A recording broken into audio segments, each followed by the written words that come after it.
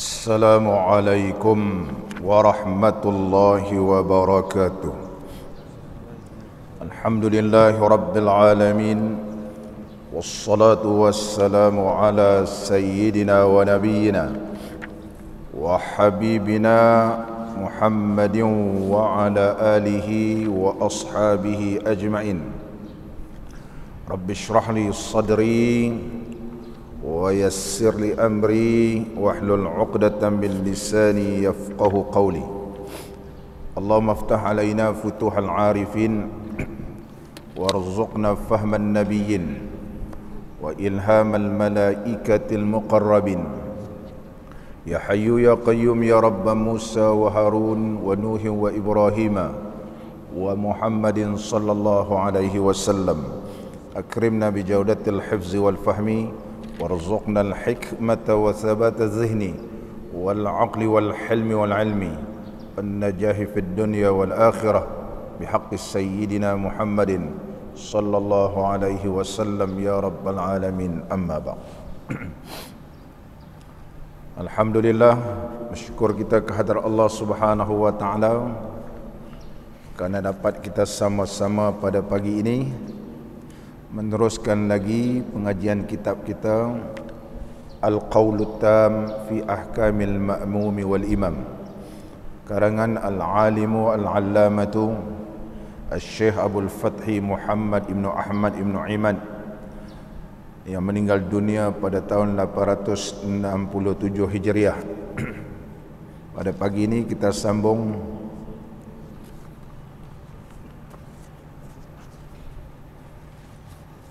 qala al-musannif rahimahullahu ta'ala, disunatkan membaca Rabbighfirli sebelum amin. Disunatkan membaca Rabbighfirli sebelum amin. Sebelum membaca amin, sunat membaca Rabbighfirli. Mana dalilnya? Diriwayatkan oleh Al-Imam Al-Baihaqi. Al-Imam Al-Baihaqi telah meriwayatkan hadis ini dalam kitab beliau yang bernama As-Sunanul Kubra daripada Wa'il Ibn Hujrin, jilid yang kedua, hadis yang ke-58. Ini dalil dalam mazhab kita Imam Syafi'i. Diriwayatkan oleh Al-Imam Al-Baihaqi dalam kitab beliau As-Sunanul Kubra bahawasanya Rasulullah sallallahu alaihi wasallam membaca ia waladdallin,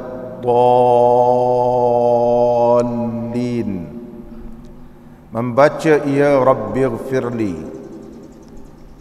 amin. Nabi sallallahu alaihi wasallam selepas membaca waladdallin, sebelum baca amin, membaca Rabbighfirli. Rabbighfirli. Ini dalam kitab Sunan Kubra, dalam Sunan Kubra di Imam Al-Baihaqi. Kerana Imam Al-Baihaqi meriwayatkan hadis-hadis yang dipakai di kalangan mazhab kita Al-Imam Syafi'i. Kerana Imam Al-Baihaqi seorang ulama hadis yang bermazhab Imam Syafi'i, dan tersebut di dalam Musnad Al-Imam Syafi'i, dan juga dalam Musnad Al-Imam Syafi'i juga Imam Syafi'i meriwayatkan hadis ini, iaitu diriwayatkan daripada Abi Hurairah radhiyallahu anhu.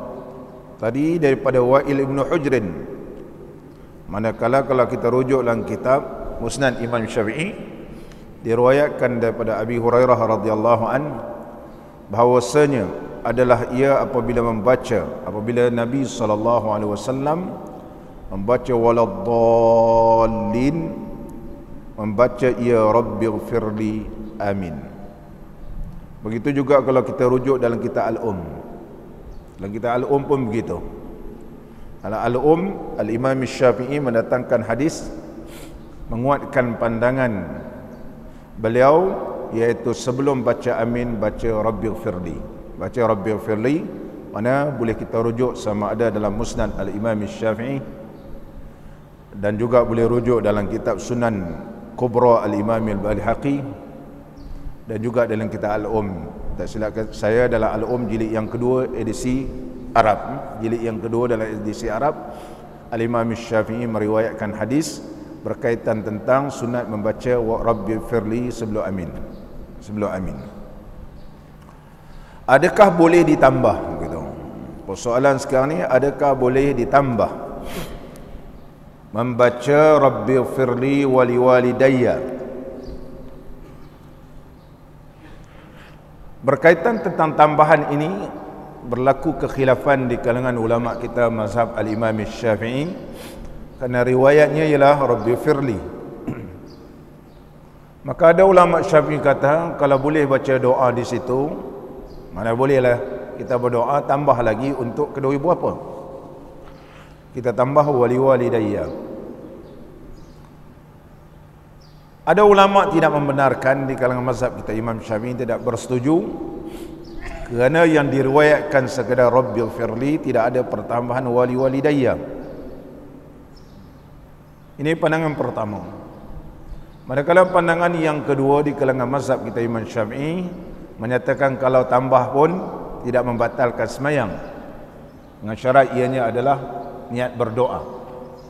Sebagaimana yang disebut oleh Syekh Abu Bakar Syata Ad-Dumyati rahimahullahu ta'ala rahmatan wasi'ah di dalam kitab beliau yang terkenal iaitu I'anatul Talibin.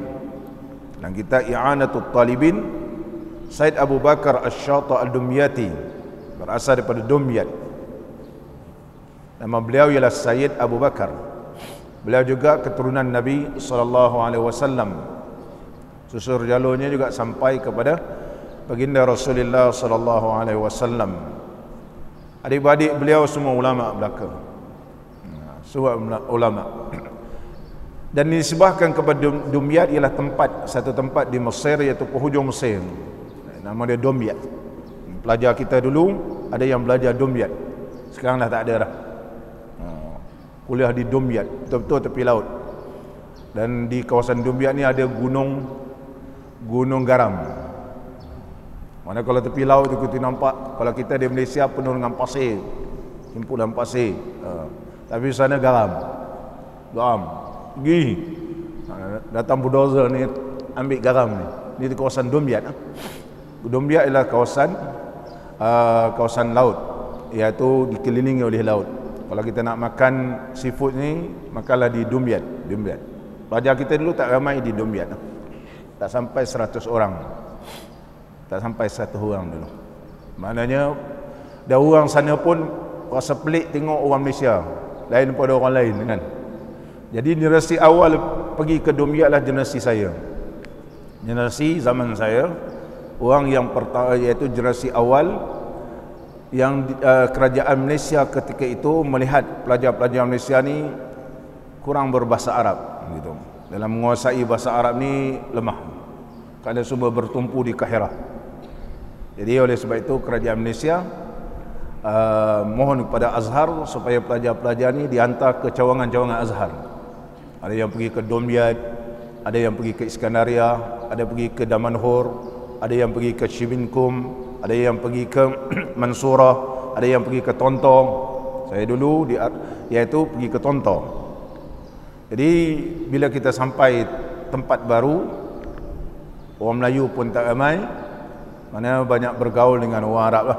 Orang Arab pun ialah orang bukan orang Mesir, maka dia layan pun dengan layan yang baik. Macam kita lah, kalau pergi ke KL, jiran kita pun macam tak kenal dengan kita. Tapi kalau kita ni tiba-tiba tukar ke Jasin, oh jangan, oh, baik dia orang kampung, begitulah keadaan di Mesir ketika itu. Dumyat. Dumyat ni ialah tempat yang cantik. Dan di Dumyat ini ada iaitu kalau kita pergi, air tawa dengan air masin tidak bercampur. Air tawa kemudian masuk laut ni, pertengahan tu, sini kita rasa air tawa, di sini kita rasa masin. Kalau nak pergi, itu yang disebut dalam Quran, satu masin satu tawa tak bercampur, sedangkan di dekat-dekat. Betul-betul begitu. Jadi kita rasa sini memang sedap air sungai betul, Ya sini betul-betul masih air laut. Itu berada di Dumyat. Jadi di sana lahir seorang ulama yang alim, iaitu Said Abu Bakar Shatta. Shatta ini ialah nisbah kepada wali Allah yang berada di Dumyat.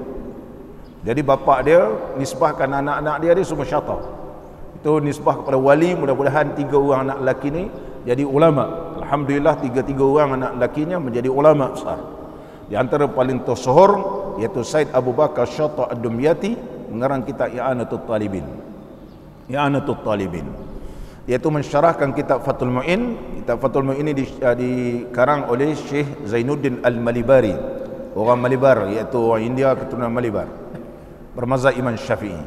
Dan kita asal beliau adalah Qurratul Ain.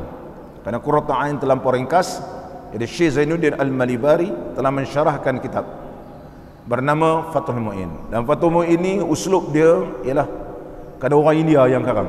Walaupun dia lama di Mekah, mengaji dengan seorang ulama Mesir yang terkenal, Syekh Ibn Hajar Haytami. Dia adalah merupakan anak murid Syekh Ibn Hajar. Tapi bahasa ni payah kita nak faham. Setiap orang mesti ada ikut keturunan dia. Kalau dia orang Arab Saudi, ada cara bahasa dia. Kalau orang Arab Yaman, ada gaya bahasa dia. Kalau orang Arab Mesir, ada gaya bahasa dia. Begitu juga Syekh Zainuddin Al-Malibari. Jadi kitab ini payah nak faham. Ibarat dia disyarahkan oleh ulama, di antara yang paling masyhur I'anatul Talibin, karangan si Said Shatta Ad-Dumyati rahimahullahu taala. Saya petik dalam kitab I'anatul Talibin. Dalam kitab I'anatul Talibin menyebut bahawa tidak menjadi mudarat, dia kata. Naam, dia kata. Yustasna rabbighfirli liwurudihi. Ya, dimaafkan di antara waladdallin, sepatutnya mualad, dan jangan terlampau lama berhenti di antara lin dengan amin. Ya, dia kata diberikan pengecualian di antara waladdallin dengan amin ini membaca rabbighfirli. Sebab apa? Liwurudihi, karena datangnya hadis Nabi SAW yang membenarkan membaca rabbighfirli. Tapi kalau tambah macam mana? Fa in zada, jika ditambah oleh orang yang semayang, wali walidayya, ataupun ditambah lagi wali walidayya wali jami'il muslimin, lam yadurra, nescaya semayangnya tidak jadi batal. Semayang tak jadi batal. Semayang tetap sah kerana ia doa, tetapi adalah lebih afdal jangan ditambah terlampau panjang. Kalau setakat tambah rabbighfirli wali walidayya, amin, tapi rabbighfirli wali walidayya wali jami'il muslimin terlampau lama sangat di antara waladdallin dengan amin. Walau bagaimanapun ulama kita mazhab al-Imam Syafi'i tidak menyatakan hukum batal sesiapa yang menambahkan wali walidayya wali jami'il muslimin. Ini yang disebut oleh Syekh Said Shatta Abu Bakar Shatta Ad-Dumyati rahimahullahu taala rahmatan wasi'ah, di dalam kitab beliau yang terkenal iaitu kitab I'anatul Talibin. I'anatul Talibin. Muslimin dan muslimat yang dirahmati oleh Allah, bagi siapakah sunat membaca rabbighfirli ini? Bagi sunat bagi siapa yang baca? Adakah bagi orang yang membaca dan orang yang mendengar juga sunat baca? Macam kita jadi makmum, imam membaca suratul Fatihah, habis waladdallin sebelum imam amin, kita makmum ni nak sunat ke baca rabbighfirli ataupun tak sunat? Bagi siapakah yang sunat baca rabbighfirli? Menurut hadis yang diriwayatkan oleh al-Imam al-Baihaqi ini, ulama-ulama kita di kalangan mazhab al-Imam Syafi'i membahaskan dalam bab ini. Di antara yang disebut dalam kitab Fathul Alam di Imam Al-Jurdani, begitu juga dalam kitab I'anatul Talibin juga menyebut. Tetapi paling detail membahaskan iaitu dalam kitab Bughyatul Mustarsyidin karangan iaitu Said Abdul Rahman Ba'lawi rahimallahu taala. Syekh Abdul Rahman Ba'lawi, Said Abdul Rahman Ba'lawi, dalam kitab beliau Bughyatul Mustarsyidin menyebut, qala asy-syarifu al-allamatu Tahir ibn Husain, Syekh Tahir ibn Husain min ahli al-bait Rasulullah sallallahu alaihi wasallam berpendapat, la yutlabu minal ma'mumi indal faraghi imamihi minal fatihati qawlu rabbi firli. Maka tidak dituntut bagi makmum setelah selesainya imamnya membaca suratul Fatihah, iaitu membaca rabbi firli. Mana makmum tak sunat baca. Selepas imam habis waladdallin sebelum amin, kita sebagai makmum la yutlab, tidak dituntut baca. Siapa yang nak baca? Wa innama yutlabu minhu ta'min faqat. Hanya bagi makmum ini baca amin. Berdasarkan hadis Nabi sallallahu alaihi wasallam, idza ammana al-imamu fa aminu. Apabila imam baca amin, maka aminlah kamu. Wa qawlu rabbighfirli matlubun minal qari'i faqat fi saktati baina akhiril fatihati wa amin. Hanya dituntut baca rabbighfirli ini bagi si pembaca sahaja. Kalau imam tu yang baca sebelum amin, imam dah baca rabbighfirli. Kalau makmum baca suratul Fatihah, makmum baca suratul Fatihah. Jadi makmum baca suratul Fatihah untuk diri dia, maka sebelum dia baca amin untuk diri dia, sunatlah dia baca rabbi firli berdasarkan hadis ini. Jadi yang dituntut membaca rabbi firli ala si pembaca. Maka jelaslah kepada kita, kalau kita jadi makmum, imam waladdallin, tak payahlah baca rabbi firli. Sebab segelintir rakyat kita Malaysia ni, ada kita terdengar imam sebelum amin, kita ada dengar makmum ni baca rabbighfirli. Ada yang baca rabbighfirli. Jadi kalau kita baca sebelum ni begitu, tinggalkan. Karena telah disebut oleh ulama di kalangan mazhab kita al-Imam Syafi'i, di antara al-Imam Al-Jurdani rahimahullah taala dan kitab Fathul Alam jilid yang kedua, dan begitu juga dalam kitab Bughyatul Mustarsyidin As-Said Abdul Rahman Ba'lawi menyatakan sedemikian rupa. Muslimin dan muslimat yang dirahmati oleh Allah Subhanahu wa taala,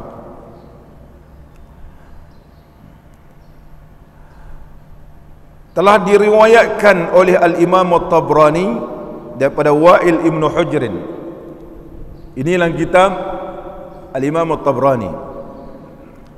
Riwayatnya, ra'aitu Rasulullah sallallahu alaihi wasallam dakhala as-salata falamma faragha min fatihatil kitab qala amin. Aku telah melihat, kata Wa'il Ibn Hujrin radhiyallahu anhu, akan Rasulullah sallallahu alaihi wasallam sembahyang, falamma faragha, bila dia selesai baca Fatihah, qala amin salasa marrat, membaca amin 3 kali. Jadi riwayat Wa'il Ibn Hujrin, Nabi sallallahu alaihi wasallam membaca sampai 3 kali amin. Wa yu'khazu mimman naddaba amin. Inilah yang dipegang oleh ulama yang kata baca amin, iaitu takril amin salasan hatta fi salah. Amin boleh dibaca 3 kali walaupun dalam semayang. Mana kalau di luar semayang orang baca doa, kita amin 3 kali.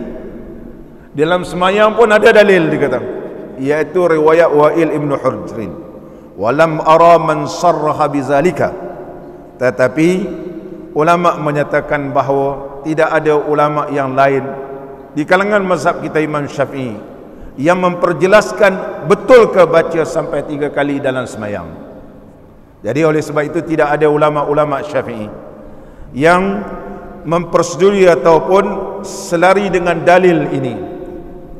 Barangkali ulama mengkaji di sudut kesanad, iaitu sanad hadis yang diriwayatkan oleh Al-Imam At-Tabrani dalam kitab Sunan Al-Kubra daripada Wa'il Ibn Hujrin, terdapat sedikit pembahasan di kalangan ulama di sudut kedudukan hadis tersebut yang diriwayat daripada Wa'il Ibn Hujrin di sudut kesahihannya. Oleh sebab itu dalam semayang tak dibaca 3 kali, tidak dibacakan 3 kali. Luar semayang tak apa, bila kita baca doa kita amin amin amin salasa marrat 3 kali, iaitu digalakkan. Muslimin dan muslimat yang dirahmati oleh Allah, Dan seterusnya lagi dalam kitab kita. Kalimat amin ada 4 lughah. Cara baca amin ni ada 4 dia kata.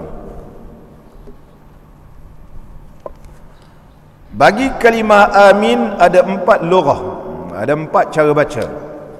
Yang pertama iaitu al-maddu wa takhfifun mim.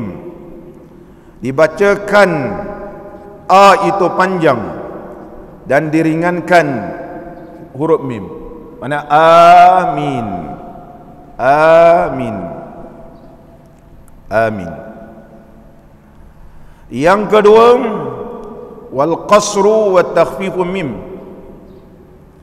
Yang kedua pendekkan huruf alif dan ringankan, takhfifkan huruf mim. Amin. Ya juz dia kata. Boleh. Dan yang ketiga imalah pada huruf alif. Amin.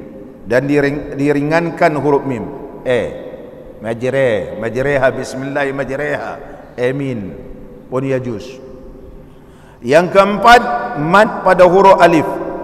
Panjangkan huruf alif dia dan ditasydidkan, disabdukan huruf mim. Baca amin. Tapi ini kena tahu makna. Disebut oleh Al-Imam An-Nawawi dalam kitab At-Tibyan, kalau tak tahu makna batas sembahyang. Sebab amin kalau kita sabdukan dia tidak menjadi maksud istajib ya Allah, perkenanlah doa kami ya Allah. Dia jadi maksud yang lain. Sebagaimana ayat dalam Al-Quranul Karim, wala aminal baital haram yabtaghuna fadlan min rabbihim wa ridwana. Jadi wala amin tu maksud bukan perkenankan, memberi maksud kami berniat, berqasad, menghadapkan diri wala aminal baital haram, dan tidak mereka iaitu mengqasadkan, meniatkan baitul haram. Jadi kalimah amin tu maksud lain, bukan maksud perkenankan. Kalau baca amin kena tahu makna. Apa maksudnya? Inilah kita sebut. Kalau baca begitu. Dan yang keempat ini maknanya ji'naka qasidina fala taruddana khaibin. Maksudnya kami datang kepadamu ya Allah kerana tujuan berdoa kepadamu, dan janganlah sia-siakan harapan kami. Ini kalau kita baca amin. Kalau tak tahu makna, maka kita boleh jadi batas sebenarnya, sebab mengubahkan makna. Kena tahu makna lah. Jangan sampai mengubahkan makna. Dirujuk di dalam kitab Lataiful Isyarat, Al-Imam An-Nawawi menyebut amin ini ialah nama yang diletakkan untuk mustajabkan doa. Mana kita baca amin ini supaya doa kita dimustajabkan. Bila kita baca doa, baca amin, minta supaya Allah mustajabkan doa.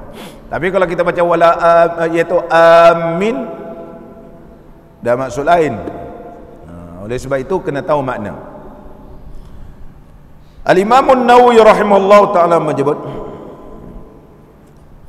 kalau dibacakan secara mad iaitu baca 2 harakat, 2 ke 4 ke 6, ada yang riwayat baca 6, yang penting dia mad iaitu masyhur dalam negara kita ini, masyhur kita baca ialah 2 harakat, iaitu mad syibhul badal namanya. Dia bukan mad badal, tapi syibhul badal namanya. Syibhul badal, mad syibhul badal, iaitu paling masyhur dan paling fasih. Qala al-jumhur kata wala yajuzu tasydidul mim. Jumhur ulama Syafi'i kata tidak boleh disabdukan mim. Amin. Kalau kita baca tak tahu mana, batas sembahyang. Tapi kalau kita tahu makna, kita niat itu doa, tak apa. Wa hakal Wahidi, Al-Imam Al-Wahidi kata tashdiduha ma'al maddi. Ada pandangan juga Al-Imam Al-Wahidi kata ya boleh tasydid. Boleh tasydid. Macam kalau kita semayang lah kan. Kita semayang bersama dengan ulama-ulama daripada Hadraul Maut. Ulama-ulama daripada Hadraul Maut. Ulama-ulama Hadraul Maut kalau membaca Fatihah dalam semayang, mereka ini membaca qaf iaitu sepertiga. Sepertiga. Pandangan di kalangan para alim ulama berkaitan bacaan ulama-ulama Yaman ni, ada yang kata sah, ada yang kata tidak batal. Ada yang kata sah dan ada yang kata ianya adalah batal. Di antara yang mengatakan batal ialah Al-Imam Ibn Hajar rahimahullah ta'ala. Dia kata batal semayang kalau baca Ihdinas siratal mustaqim. Syekh Ibn Hajar kata batal semayang. Syekh Ibn Hajar dan beberapa orang yang selari dengan Ibn Hajar. Manakala Al-Imam Fakhruddin Ar-Razi rahimahullah ta'ala, seorang ulama tafsir yang alim, mengarang kitab yang bernama Mafatihul Ghaib. Tajuzul qira'atu, harus boleh juga dibaca sedemikian rupa, dan begitu juga disebut oleh Al-Imam Zakaria Al-Ansari dalam kitab Syarhul Bahjah, dan juga Ibn Rif'ah dan ulama-ulama Hadraul Maut dan para walinya mengatakan bahawa dibacakan qaful Arab al-mutaraddidah bainaha wa bainal kaf, ihdinas siratal mustaqim. Dia kata tajril qira'atu tujzi'ul qira'atu bila karahatin, semayang sah dan tak ada makruh. Mana ulama-ulama Yaman, ulama-ulama Hadraul Maut, mereka mengekalkan bacaan begini sebab mereka mengatakan bahawa tujzi'ul qira'atu bila karahatin, maknanya sah dan tak makruh, kerana disokong oleh ulama qira'ah yang alim iaitu Syekh Zakaria Ansari rahimahullahu ta'ala. Dan telah ditanya kepada ulama Hadraul Maut Al-Allamatu Qadi Saggaf Ibnu Muhammad, itu merupakan syekh, ditanya kepada ulama ini, dan ulama ini menyatakan aku sendiri pernah tanya guruku Al-Allamatu Abdul Rahman Ibnu Abdullah Balfaqih tentang bacaan mustaqim. Maka beliau menyatakan bahawa sesungguhnya la yunha man qara'a biha, tidak boleh ditegah bacaan sedemikian rupa, kerana sesungguhnya dia kata bahasa ini adalah bahasa yang betul. Dia kata ini ada di dalam sebut kamus bahasa Arab, sama ada Lisanul Arab, dan juga dalam kitab-kitab bahasa Arab ni ada yang mengatakan ini adalah bahasa yang betul. Wa ruya annahu sallallahu alaihi wasallam nataqa biha. Oleh sebab itu ulama Hadraul Maut kata ada riwayat daripada Nabi sallallahu alaihi wasallam, bahkan dinakalkan oleh Al-Imam Sya'rani daripada Ibnu Arabi dan guru-gurunya menyatakan bahawa mereka telah mengambil daripada guru-guru mereka ni sehingga Nabi SAW. Ya, oleh sebab itu kalau kita tengok ulama-ulama Hadraul Maut kalau datang ke Malaysia ni, kalau dia jadi imam pun dia tak tukar, dia akan baca ihdinas siratal mustaqim. Hakaza ila sahabah, inilah sampai kepada para sahabat Nabi sallallahu alaihi wasallam, mereka pertahankan. Tetapi ada ulama yang mengatakan batal. Di antara Al-Imam Abu Bakar Khatib mengatakan bi'adamil ijza'. Tak sah, dia kata. Tak sah, dia kata, tak ada riwayat yang kuat. Jadi macam mana ada ulama kata boleh, ada ulama kata tak boleh. Seorang ulama Ahlul Bait juga berasal daripada Yaman, Syekh Abdul Rahman Habib Abdul Rahman Ba'lawi, mengarang kitab Bughyatul Mustarsyidin, menyebut barang siapa yang boleh menuturkan qaf dengan baik, maka bacalah qaf itu dengan baik. Manakala orang Melaka, bacalah dengan qaf. Ihdinas siratal mustaqim. Sebab kita orang Melaka, sebab kita orang Malaysia. Orang Malaysia bukan sebut ga. Nah, orang Malaysia sebab kita sebut qaf, boleh qaf. Jadi barang siapa yang memang bahasanya begitu, iaitu kita boleh sebut qaf dengan baik, maka sebut qaf dengan baik. Ni Syekh Abdul Rahman sebut. Manakala Madidatut Tarim, di Tarim Hadraul Maut, mereka ni susah lidah nak sebut, sebab dia memang biasa sebut begitu. Qaf jadi macam di antara kaf dan ga, kaf dan qaf, iaitu bunyi macam ga. Wa man qadara 'ala an-nutqi bil ma'qudah 'ala wajhiha min ghairi syaibatin bi ghairiha ma'a as-safai ma qablaha wa min ghairi riya'in wa takallufin munafin al-khusyu' fal aula lal qira'atu biha. Ini disebut dalam Bughyah. Siapa boleh sebut qaf betul, itulah paling baik disebut ihdinas siratal mustaqim. Tetapi kalau dia ni payah nak sebut kerana bahasa daerahnya begitu, bolehlah pakai pandangan Al-Imam Zakir Ansari, Al-Imam Sya'rani, Al-Imam Syekh Ramli, seorang ulama Mesir juga. Tetapi kalau kita orang Malaysia ni, janganlah nak ikut-ikutkan. Kalau Ismail, kau orang Yaman, dah. Orang Melaka baca ihdinas siratal mustaqim.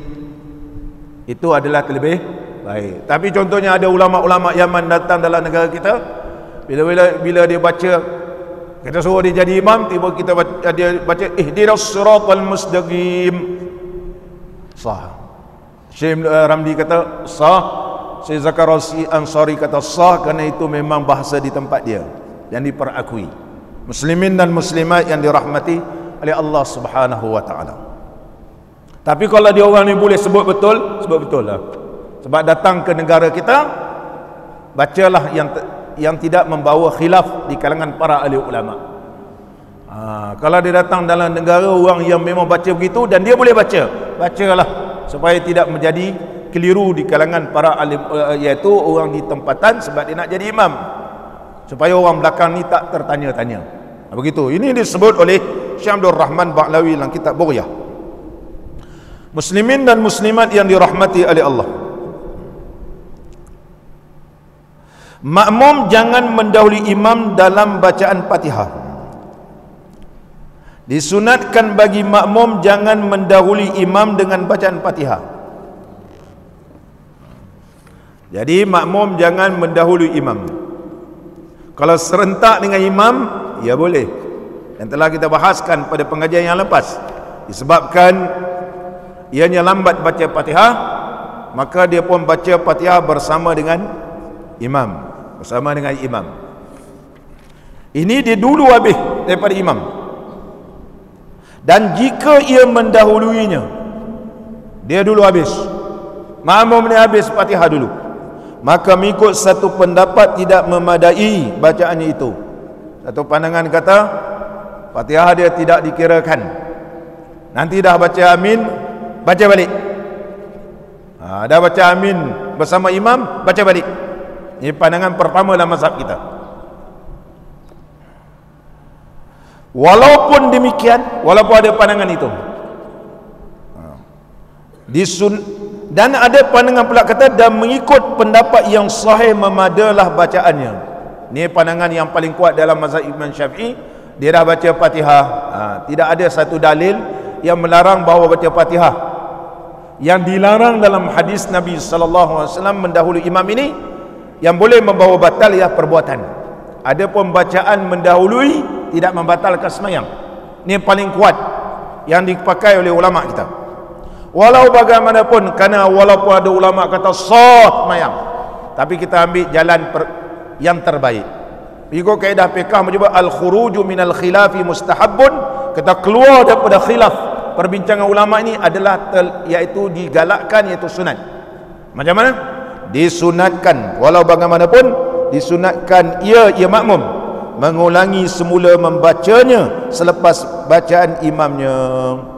Kalau boleh ulang balik, dia kata. Ulang balik.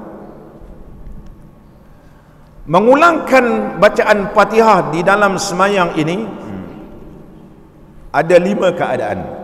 Ada 5 keadaan. Keadaan yang pertama kita tengok dalam kitab kita. Orang yang sembahyang keadaan duduk kerana uzur. Duduk kerana uzur. Jadi dia sembahyang dalam keadaan duduk. Jadi dia baca Fatihah waktu duduk. Tiba-tiba sihat dia boleh bangun. Boleh bangun. Dia boleh bangun. Boleh bangun pula ni. Tadi dia baca surah Fatihah ketika dia duduk. Katakan dia sembahyang di atas kursi, dia baca Fatihah. Tiba-tiba rasa ringanlah. Dia punya pinggang, dia pun cuba naik. Boleh. Maka dia kena ulang balik surah Fatihah. Kerana membaca Fatihah bagi sembahyang fardu ni waktu berdiri betul. Itu yang nak bahaskan yang pun. Dan apabila kuasa berdiri maka wajib ia berdiri. Uraiannya, jika seorang sembahyang keadaan duduk kerana uzur, kemudian kuasa ia berdiri selepas baca Fatihah, dah habis baca Fatihah dia rasa boleh pula berdiri, maka wajib atasnya bahawa ia berdiri untuk ia rukuk daripada qiyamnya berdiri, dan disunatkan baginya pada ini keadaan mengulangi baca Fatihahnya supaya jatuh berlakunya bacaan Fatihah itu dalam keadaan sempurna, kerana asal tempat bacaan Fatihah itu di dalam qiyam. Dalam qiyam. Maka dalam pandangan kitab kita ni terlebih baik iaitu dia bangun semula, iaitu dia bangun dan membaca suratul Fatihah dalam keadaan ia berdiri, dalam keadaan berdiri.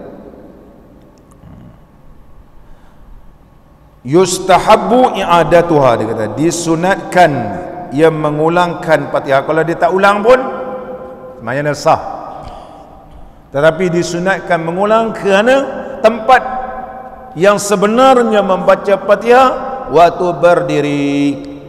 Jadi sebelum dia nak rukuk, ulang balik suratul Fatihah supaya betul-betul suratul Fatihah dibaca ketika berdiri. Tadi dia baca ketika itu dia uzur. Tapi kalau dia tak nak baca pun sembahyang tetap sah, kerana dia sudah baca Fatihah di waktu yang ia berkemampuan melakukannya ketika itu, waktu dia duduk tadi, waktu duduk.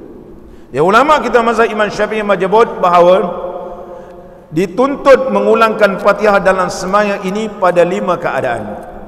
Tutlabu i'adatul Fatihati fi shalah fi 5 mawadhi'a.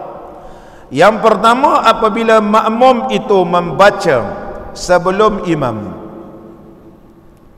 Tadi sunatlah diulang balik, yang telah kita sebut dalam kitab kita ni. Yang kedua, li'ajizin qara'aha summa ataqal qiyam. Seorang yang tak boleh berdiri, dia sembahyang dalam keadaan duduk contohnya, dia baca Fatihah tiba-tiba dia boleh berdiri, boleh berdiri. Dan yang ketiga, wa man nazara qira'ataha kullama 'atasha fa'atasha ba'da qira'atiha tajibu i'adatuha. Seseorang ni bernazar, kalau aku bersin aku baca Fatihah, bila aku bersinnya aku baca Fatihah. Ada Jeffrey dia tu, asyam bismillahirrahmanirrahim alhamdulillahirabbil alamin. Setiap kali bersin aku nak baca, iaitu dia bernazar kepada Allah. Nazar kena tunai. Tiba-tiba dia bersin dalam sembahyang, Dia habis baca surah Fatihah, habis waladdallin asyam, tengah semayang, sebab dia sudah bernazar. Sama ada aku dalam semayang tak dalam semayang, bila bersihnya aku baca Fatihah terus, sebab asyam alhamdulillah, baik-baik alhamdulillah, alhamdulillah rabbil alamin arrahmanir rahim maliki yaumiddin. Mazhab Imam Syafi'i kata, barang siapa yang bernazar membaca surah Al-Fatihah selepas bersin, tiba-tiba dia habis baca Fatihah, dia bosan, maka wajib dia baca Fatihah tersebut. Wajib dia baca Fatihah kena menunaikan nazar. Allahu Akbar. Ini dalam mazhab Imam Syafi'i. Yang keberapa pula ni? Yang keempat. Yang keempat, wa man khatama al-qira'ata fi shalah. Dalam sembahyang dia habis dah baca, dah habis sampai qul a'udzu birabbin nas, qul a'udzu birabbin nas, dan dia nak balik baca nak baca suratul Baqarah. Contohnya pada rakaat yang dia nak sambung suratul Baqarah balik sebab dia dah khatam, jadi nak mulakan balik suratul Baqarah. Ulama Syafi'i kata sunat mengulangkan dia, sunat mengulangkan suratul Fatihah, kerana suratul Fatihah ni dalam mushaf ialah awal sebelum suratul Baqarah. Yustahabbu lahu ay yantaqila lil khatmatil ukhra fayu'iduha nadban. Sunat diulangkan suratul Fatihah kerana nak baca suratul Baqarah. Tetapi pandangan ini tidak semua yang bersetuju. Hanya pandangan ini disebut oleh Syekh Ibn Imad kita, pengarang kitab kita sebut begitu. Dalam kitab dia yang lain, tak sebut dalam kitab Al-Qaul Tam, tapi dan sebut dalam kitab yang lain, bahawa kalau kita nak sambung balik suratul Baqarah, dia kata sunat baca suratul Fatihah mengikut tertib, mengikut tertib. Walau bagaimanapun pandangan Syekh Ibn Imad ini, tidak semua yang bersetuju, tidak semua orang bersetuju. Yang disebut oleh ulama, wa qaulu Ibnu Imad yukarrirul Fatihata marratain. Syekh Ibnu Imad pengarang kitab kita ini menyebut diulangkan Fatihah semula lil fardi wal ukhra li awwalil khatbati tsaniyah, iaitu kalau dia nak sambung balik bacaan terutama suratul Fatihah, ini berlaku dia kata biasanya fit tarawih, iaitu pada sembahyang tarawih. Dan ulama Syafi'i yang lain tidak bersetuju, tidak bersetuju. Maknanya kalau nak terus suratul Baqarah tak payah ulang pun, kerana yang ada dalam mushaf itu bukan maksud kita kena baca suratul Fatihah. Jadi pakailah pandangan yang tidak mengelirukan.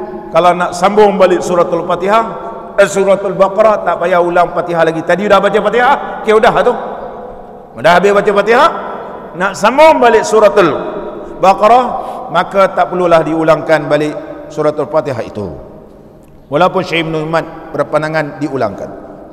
Qala al-musannif rahimahullah ta'ala, makmum jangan mengaminkan bacaannya jika ia membaca Fatihah sebelum imam. Mengikut pendapat Al-Imam Al-Baghawi berpendapat, jika makmum membaca Fatihah dan selesai ia daripadanya, dahulu daripada imam dia baca Fatihah dulu, maka lebih aula, lebih utama, jangan ia membaca amin sehingga imam membaca amin. Tunggu dulu, simpan amin tu, nanti imam amin, buat amin sekali. Tetapi berkata Al-Imam An-Nawawi, Syekh Imad kita kata begitu, simpan amin tu, nanti imam amin, kau amin. Tapi Imam Nawawi kata lain, bermula qaul yang terpilih hendaklah makmum itu mengaminkan bacaan dirinya dahulu, kemudian mengaminkan pula dengan takmin imamnya. Mana kontra dengan pandangan Imam Nawawi. Mereka kata aku tak setuju, tetap sunat baca amin, sebab berdasarkan hadis yang diriwayatkan tadi, sama ada daripada Abi Hurairah dan juga daripada Wa'il bin Hujrin, bahawa selepas baca Fatihah amin, sama ada dia semayang ke, sama ada di luar semayang, sunat baca amin. Walaupun dia jadi makmum pun sunat baca amin. Ini paling Imam Nawawi. Muslimin dan muslimat yang dirahmati oleh Allah, sunat makmum membaca amin dengan jahar, serta imam dan perempuan dengan sir. Disunatkan bagi makmum membaca amin dengan jahar berserta imam. Kalau imam baca kuat, kita membaca kuatlah. Dan jangan didahulunya dan kemudian, bahkan hendaklah membaca serentak dengan imam. Makmum ni baca amin, biar serentak dengan imam. Dan sayugianya makmum yang perempuan membaca dengan sir perlahan, kerana suaranya ada kalanya aurat. Perempuan ni ada kala suaranya aurah, ada kalanya makruh begitu. Kalau bawa fitnah, kalau tak bawa fitnah, hukum asas bahwa perempuan ni tidak aurah kecuali bawa fitnah. Contohnya, kalau ustazah ni mengajar kuliah duha, ramai lelaki, kita tanya, pakcik daripada mana? Ada kuliah ustazah tu. Suara dia ustaz. Dia kalau lepas bila dia mengajar ceramah-ceramah berhenti sekejap, dia bernasyid. Suaranya Masya Allah. Sadam ni fitnah ni pakcik. Dengan nak datang kuliah ustazah ni bukan kerana nak ambil ilmu, kerana terpikat dengan suara. Lelaki tak payah datang. Lelaki tak payah dia datang, bawa fitnah ni. Bawa fitnah. Kerana bawa fitnah. Jadi kalau membawa fitnah, ianya boleh jadi aurah bagi dia. Tetapi kalau tak jadi fitnah, tak jadi aurah. Dia ni seorang cikgu mengajar. Saya tak boleh mengajar hari ini, cikgu perempuan kata. Suara saya aurah. Jadi pelajar lelaki kena keluar. Cikgu tak boleh ajar sebab suara cikgu aurah. Tapi cikgu jangan pula kamu lembut sampai anak murid pula tertarik suara cikgu, sesuara cikgu. Maka jangan sampai membawa pada fitnah. Hukum asal tidak aurat kecuali membawa fitnah. Contohnya tiba-tiba dalam semayang ni ada terdengar amin. Lelaki ni kata, ya aku tadi terdengar suara perempuan baca amin tu. Ya Allah, sedapnya suara ni. Siapa gak? Aku nak tanya bini aku, nanti dia cemburu. Dia kata. Jadi pun fitnah. Oleh sebab itu dibaca sir. Atau makruh, ataupun ada boleh ada kalanya boleh buat makruh, tak sampailah haram. Seperti mana yang disunatkan bagi membaca dengan sir pada semayang yang jahar di hadapan orang laki-laki ajnabi. Yang bersalahan membaca talbiyah. Dalam mazhab Imam Syafi'i, perempuan baca talbiyah dia boleh tidak sir. Bersalahan membaca talbiyah, maka disunatkan bagi orang perempuan mengangkatkan suaranya. Labbaik Allahumma labbaik. Perempuan boleh kuat. Kalau kita dalam keadaan ihram, sebelum sampai ke Masjidil Haram, contohnya kita baca labbaik Allahumma labbaik labbaik la syarika lak labbaik. Perempuan tak jadi makruh dan tak jadi haram. Mazhab kita Imam Syafi'i kata begitu. Bersalahan membaca talbiyah labbaik Allah, maka disunatkan bagi orang perempuan mengangkat suaranya. Sebab apa talbiyah boleh? Kerana keadaan setiap orang masing-masing ia berbimbang padanya dengan sendirinya. Pakat yang lain pun baca talbiyah juga. Jangan pula lelaki ni dengar perempuan talbiyah, dia pun diam. Itu tak betul. Jadi baca talbiyah. Kalau kita bermula daripada miqat, dan kita sudah berihram baca talbiyah, semua orang baca talbiyah. Tapi jarang orang boleh tahan baca talbiyah sampai ke Mekah. Setengah jam talbiyah, mula buka handphone. Dia tanya wifi ada tak? Mula buka handphone, mula sembang. Talbiyah ini mengingatkan cemasnya kita begitu. Allah terimakah aku ini jadi tetamu? Allah terima dah aku ini jadi tetamu? Kerana miqat ini memberi maksud inilah waktu. Oleh sebab itu miqat ni dia ada dua. Satu miqat makani. Bila kita sampai pada miqat makani, itulah waktu bagi kita untuk bertemu dengan Allah dalam keadaan kita cemas. Allah terima ke tak terima ni. Oleh sebab itu cukup jaga. Macam kita nak jumpa orang besar-besar, cemas, kita pergi kencing puas-puas dulu. Kalau rasa sakit perut, rasa nak kentut dulu. Takut nanti jumpa lah, duduk-duduk, kurang ajar ni. Jumpa raja kata, orang besar ni, siapa yang kurang ajar tu? Kita nak terkencing, pergi kencing dulu. Siapa nak buang air besar, pergi buang air besar. Nak jumpa somebody ni, orang yang hebat. Apatah lagi nak bertemu dengan Allah, begitulah. Mengingatkan begitu, labbaik Allahumma labbaik, labbaik la syarika lak labbaik, begitu. Dah tu baca selawat, baca doa, baca dulu begitu. Cemas. Oleh sebab itu dalam keadaan sedemikian rupa, tak terfikir dah lah suara perempuan ke siapa, suara budak. Aku cemas, Allah terima tak terima. Sebab nak masuk tanah haram, kawasan yang diharamkan, ini kawasan larangan Allah. Kalau kita masuk kawasan larangan, rumah orang tak boleh sewenang-wenang kita ambil. Ni kita ambil ni, ambil ni, mana boleh. Kalau kita pergi istana pun, kita nak guna toilet dia pun tak boleh kita nak guna, pergi tanya. Nak buang air besar, mana kena kencing? Boleh situ? Itu tak boleh. Itu tengok dia wi berapa dah, bukan triple lagi. Banyak wi. Kamu orang biasa non. Aku baru nak merasa kencing toilet besar kan. Dapat toilet biasa orang awam, dapat toilet orang awam. Nampak ni, apatah lagi berada tanah haram. Oleh sebab itu tidak boleh sewenang-wenang kita buat berada tanah haram. Nama pun tanah haram, nama pun tanah haram. Oleh sebab itu tak fikir dah. Ketika itulah ulama kata suara perempuan ketika talbiyah ni dinyaringkan, tidak jadi makruh, tak jadi makruh. Bersalahan ibadat semayang, semayang lain, maka diamnya padanya untuk mendengar kepada bacaan di dalam semayang sangat digalakkan pada kebanyakan tempat padanya. Muslimin dan muslimat yang dirahmati oleh Allah Subhanahu wa taala. Dan ini berkaitan tentang amin, berkaitan tentang amin. Qala al-musannif rahimahullah ta'ala, menyalahi sunat mengaminkan sebelum imam menyebut amin.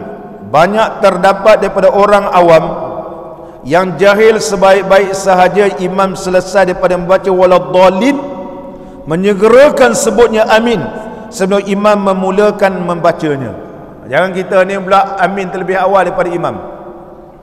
Sebab dalam hadis Nabi sallallahu alaihi wasallam, Nabi sallallahu alaihi wasallam bersabda, "Idza ammana al-imamu", apabila imam baca amin, fa aminu falit tartib falit taqib, memberi maksud mengiringi, maka iringilah bacaan amin. Mana kena imam baca amin dulu.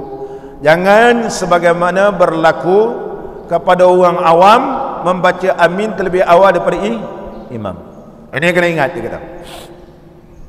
Dan mereka itu adalah salah kerana menyalahi sunnah, dan ditegah mereka itu daripada mendapat pengampunan dosa mereka yang telah lalu dengan sebab mereka meninggalkan bacaan amin serentak dengan imam. Sebab bila baca amin serentak dengan imam, para malaikat juga akan sama-sama membaca membaca amin. Bila malaikat juga baca amin, maka doa kita dimustajabkan oleh Allah Subhanahu wa taala. Idza ammana al-imamu fa aminu. Idza ammana al-imamu fa aminu. Apabila imam membaca amin, maka aminlah kamu. Aminlah kamu. Adapun malaikat ini dihuraikan oleh ulama di kalangan ulama-ulama hadis dan juga ulama di kalangan mazhab kita, Al-Imam Syafi'i rahimahullahu taala menyebut yang dimaksudkan amin oleh para malaikat iaitu jami'uhum, semua malaikat. Pandangan yang kedua mengatakan barang siapa yang serta amin dengan amin para malaikat, nescaya diampunkan oleh Allah taala dosanya yang telah terdahulu. Man yashhadu tilka as-salah fil ardi aw fis sama, iaitu malaikat yang telah hadir semayang, sama ada yang ada di langit dan di bumi. Dan pandangan yang ketiga mengatakan malaikat ini yang dinamakan malaikat al-hafazah, iaitu malaikat al-hafazah nama dia. Malaikat hafazah. Hafazah ni jamak yang memberi maksud sedikit, jamak qillah, 3 sehingga 10. Mana malaikat ni tak ramai lah, barangkali tak sampai 10. Tak sampai 10 malaikat hafazah. Setiap orang ni ada malaikat hafazah dia. Tapi kalau jemaah tu ramai-ramailah malaikat dia, lagi ramailah malaikat yang mengaminkannya. Muslimin dan muslimat yang dirahmati oleh Allah Subhanahu wa taala. Tetapi sekiranya makmum ini luput serta dengan imam membaca amin dan imam sudah membaca surah, jadi dia tak ada baca amin kecuali dia baca amin selepas bacaan Fatihah dia. Sekiranya imam mentakhirkan membaca amin ini melebihi kadar subhanallah waladdallin, lama imam ni diam. Makmum berkata, kenapa imam diam? Kadar subhanallah, ammanal imamu qablahu, mana makmum boleh amin. Wala yantaziruhu, tak payah tunggu. Tu imam kata tadi aku tersekat, itu sebab aku lambat amin, tersedak dia. Jadi kita kalau dah lama sangat imam tak baca amin, kadar subhanallah tak amin juga, ammanal imamu, ammanal ma'mum. Muslimin dan muslimat yang dirahmati oleh Allah Subhanahu wa taala. Qala al-musannifu rahimahullahu taala, sunat memohon rahmat apabila mendengar atau dibaca ayat-ayat rahmat dan memohon perlindungan apabila mendengar atau dibaca ayat-ayat azab. Ini kita akan sambung akan datang, berkaitan tentang membaca doa. Biasa kita dengar di Malaysia ni bila baca alaihissallahu bi ahkamil hakimin, itu yang biasa kita baca. Nanti kita akan bahaskan apa yang nak baca. Biasa kita dengar alaihissallahu bi ahkamil hakimin, kita terdengar dia baca bala wa ana ala zalika minasyahidin. Bagi siapa yang sunat baca, kita tengok dalam kitab buruyah nanti, adakah sunat bagi yang membaca sahaja ataupun yang membaca dan yang mendengar. Dia beza sikit dengan amin. Dan juga ada juga pembahasan berkaitan tentang membaca Allahu Akbar. Allahu Akbar, membaca Allahu Akbar. Contoh kalau kita baca surah Wadduha, kemudian sebelum Alam Nashrah kita kata Allah la ilaha illallah wallahu akbar ataupun Allahu Akbar. Ini juga akan dibahaskan pengajian seterusnya. Mudah-mudahan pertemuan kita pada pagi ini diberkati dan diridai oleh Allah Subhanahu wa taala. Ilahi najjini min kulli dhaiqin bijahil Mustafa khairil jami'i. Ilahi نجني من كل ضائق بجاه المصطفى خير الجميع وهب لي في مدينته قرارا ورزقا ثم دفنا بالبقيع إلهي نجني من كل ضائق بجاه المصطفى خير الجميع وخاتمة بإيمان وسترا جميلا بالمجيب وبالسميع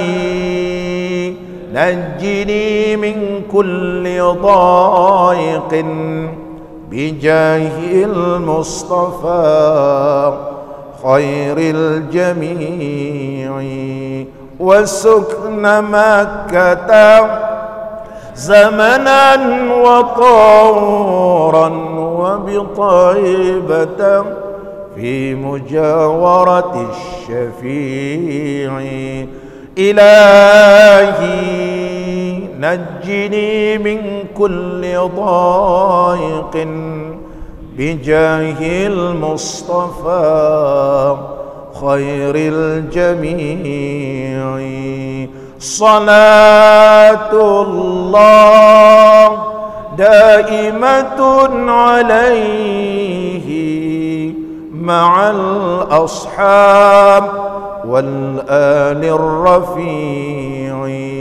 إلهي نجني من كل ضائق بجاه المصطفى خير الجميع الفاتحة.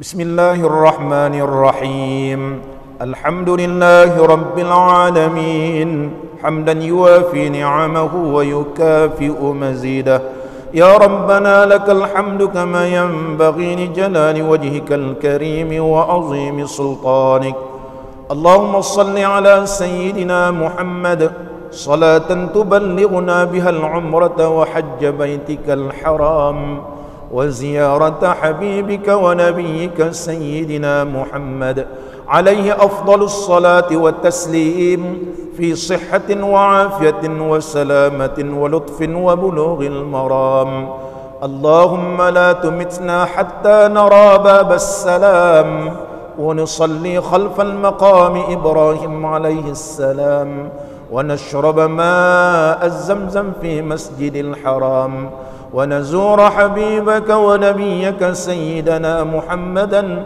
صلى الله عليه وسلم بيسر ولطف وبلوغ المرام اللهم إنا نسألك رضاك والجنة ونعوذ بك من سخطك والنار اللهم إنك عفو تحب العفو فاعف عنا وعن والدينا وعن جميع المؤمنين والمؤمنات والمسلمين والمسلمات برحمتك يا أرحم الراحمين اللهم حببنا في صلاة الجماعة وذكرنا بالموت كل ساعة واحشرنا مع النبي المصطفى صاحب الشفاعة اللهم ارزقنا بكل حرف من القرآن حلاوة وبكل كلمة من القرآن كرامة وبكل آية من القرآن سعادة وبكل سورة من القرآن سلامة وبكل جزء من القرآن جزاء ربنا آتنا في الدنيا حسنة وفي الآخرة حسنة وقنا عذاب النار وصلى الله على نبينا وحبيبنا وشفيعنا سيدنا محمد وعلى آله وصحبه أجمعين والحمد لله رب العالمين. تقبل الله منكم